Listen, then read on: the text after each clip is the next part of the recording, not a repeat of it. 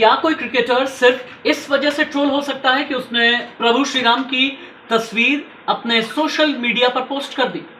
और वो क्रिकेटर अगर कोई मुसलमान है और उसने हैप्पी दशहरा कह दिया और हैप्पी दशहरा के साथ में प्रभु श्री राम की तस्वीर अगर लगा दी, तो क्या उसके खिलाफ फतवा जारी करवाने की कोई धमकी दे सकता है?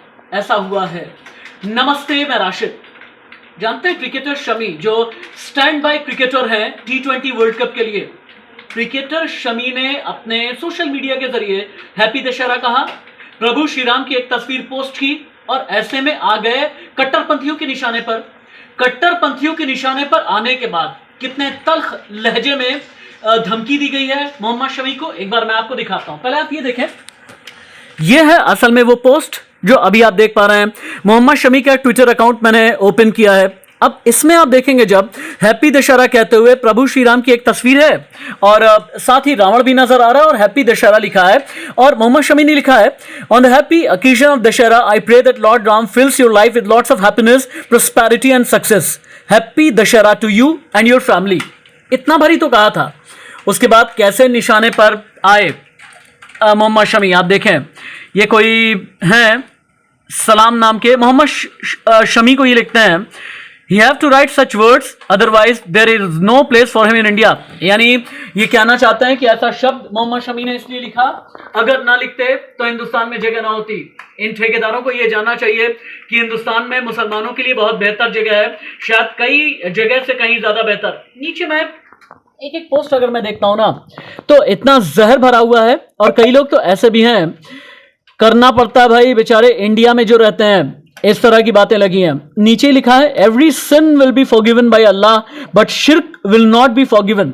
यानी कहना ये चाहता है कि हर एक गुनाह, हर एक पाप आपका माफ हो सकता है, लेकिन अगर आप इस तरह से हैप्पी दशहरा या प्रभु श्री राम की तस्वीर पोस्ट कर देते हैं तो आपका गुनाह माफी के काबिल नहीं है।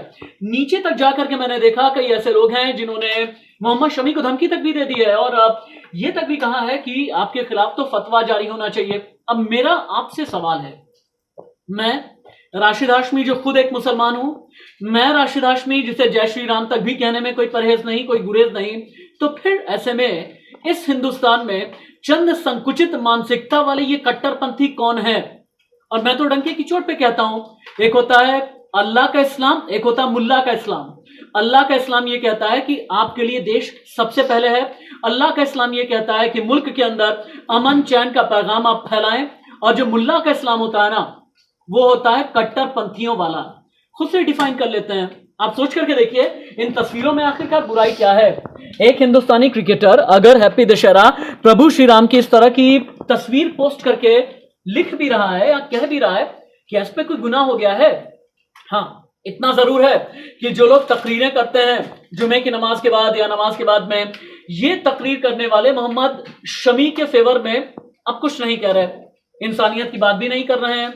हाँ, लेकिन जो मोहम्मद शमी का गांव है वो उनके फेवर में आ गया है। मोहम्मद शमी के गांव का ये कहना है, हम भी मुसलमान हैं, मोहम्मद शमी के हम रिश्तेदारों में से हैं, उनके जानकारों में से हैं, उनके दोस्तों में से हैं, और हमें हैप्पी दशहरा या दशहरा मुबारक या फिर जय श्री राम कहने में किसी भी तरह की दिक्कत नहीं होती है। तो ऐसे में क्या माना जाए कि देश में एक तबका है जो भड़काऊ है। ये भड़काऊ भाईजान कौन है, ये पता करने की जरूरत है। उन्हें शर्म आनी चाहिए, शर्मिंदगी होनी चाहिए, क्योंकि हिंदुस्तान हमारा भी है, आपका भी है। ये हिंदुस्तान हिंदू मुस्लिम सिख ईसाई चारों का है, हर एक तबके का है, हर एक समुदाय का है, हर एक जाति का है, हर एक पंथ का है। और ऐसे में अगर हिंदुस्तान एक है तो इसे बांटने की कोशिश ना करें।